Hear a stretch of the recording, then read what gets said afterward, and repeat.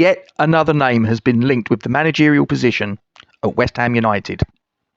Despite the fact that at this precise moment in time, as I record this on Wednesday evening, Graham Potter remains the manager ahead of the fixture away at Everton. Now, cards on the table. Despite my previous videos, some people might get the impression I want Graham Potter out.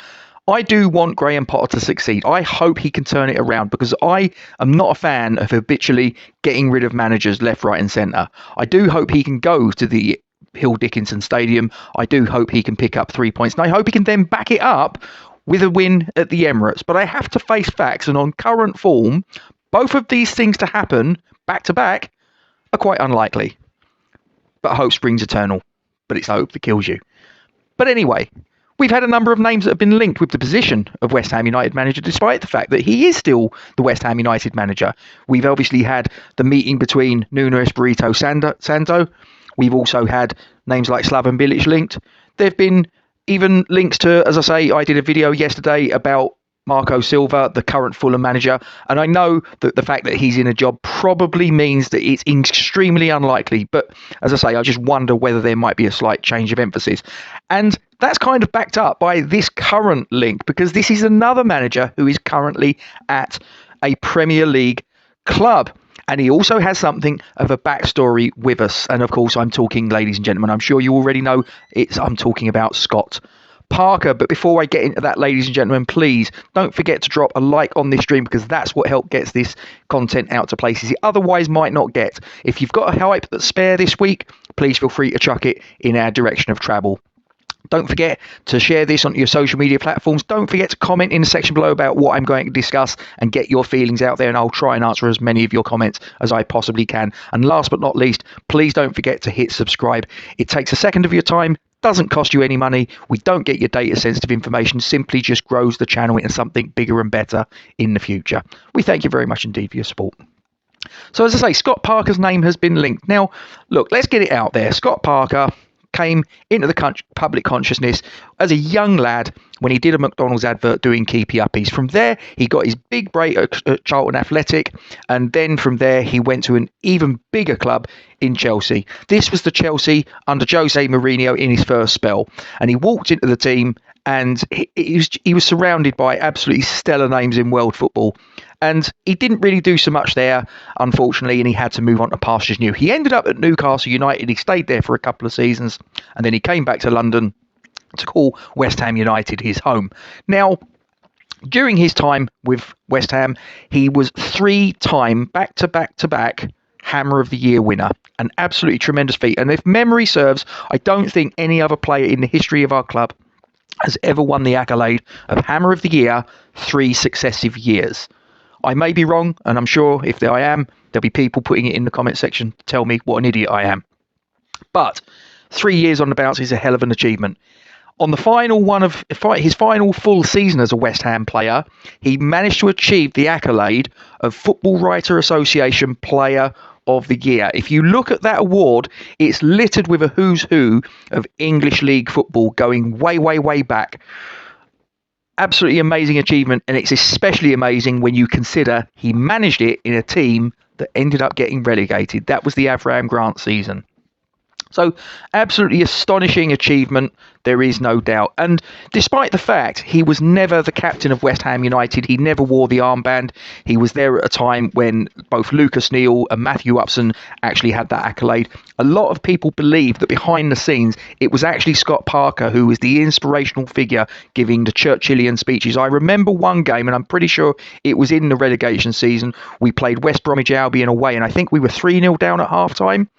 And the story goes that Scott Parker was in there giving a rousing speech to the players. And I think, if I remember rightly, Carlton Cole said it was so inspirational, almost brought him to tears. So I don't doubt that Scott Parker has an awful lot of qualities about him as a man, as a leader, that would be beneficial for us as a manager. And obviously I look at Graham Potter, and I'm sure he's a lovely guy with the best wood in the world. I just look at him and I'm not too sure he's got quite the same motivational capabilities as someone like Scott Parker might have.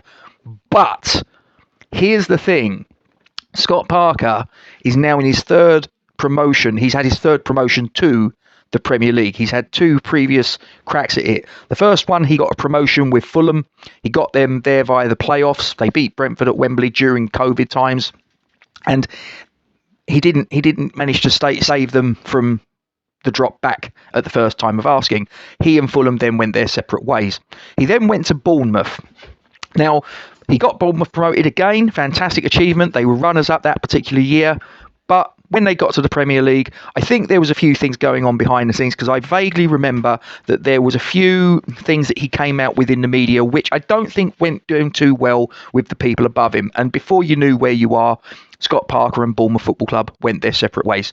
So 2 previous promotions to the Burnley one, which he got last season, which we'll talk about in a minute. But those 2 previous promotions haven't gone too well for Scott Parker and the club that he was at.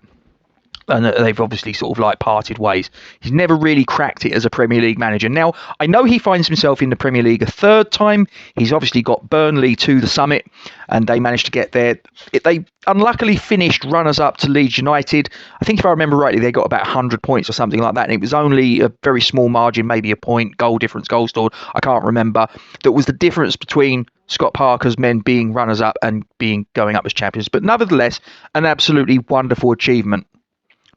But as I say, he's been in a Premier League club before twice, Fulham and Bournemouth, and it's not worked out too well. He also had a spell as manager of Club Brugge, and I think he had about a 12-game spell there. They went out the Champions League and didn't go too well for them there, and it didn't work out too well. So my concern is that as a top-level manager, I'm not entirely convinced that Scott Parker has got all of the attributes that are needed to succeed.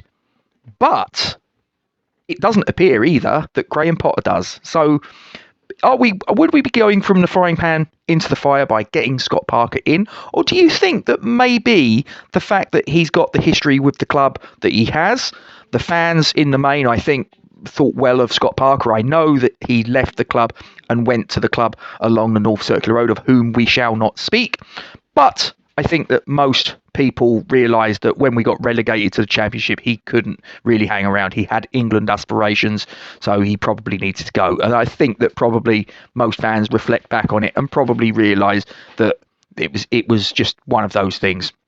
So, Scott Parker to West Ham United as manager. What are your thoughts? As I say, I think I've got concerns. If he was to come in as West Ham manager, I would back him to the hilt as I would anyone that has that position. As I say, I back Graham Potter. I hope he does well. But if you're going to ask me, do I think he's cut out for being a Premier League manager at West Ham club, the stature of West Ham United? I'm not too sure he is, with regret. But I'm not too sure Scott Parker is either. But I could be completely wrong, and this is all about opinion. So you've got the opportunity to get your opinion in and tell me that I'm wrong. You've got a comment section below.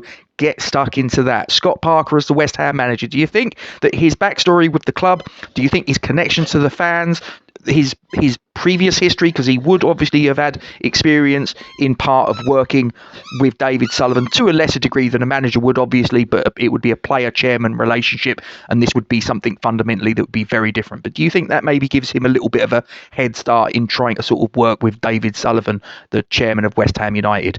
Get your comments in the section below. Don't forget to drop a like on the stream. If you've got a spare hype this week, please feel free to chuck it in our general direction of travel. Also consider sharing this onto your social media platforms. Check to see if you're subscribed to the channel, and if you're not, please click to say you're subscribed. It just takes a second of your time. It doesn't cost you any money. It just simply helps to grow the channel into something bigger than what it is currently. Anyway, I'm going to disappear, ladies and gentlemen. Stay safe. Come on, you irons.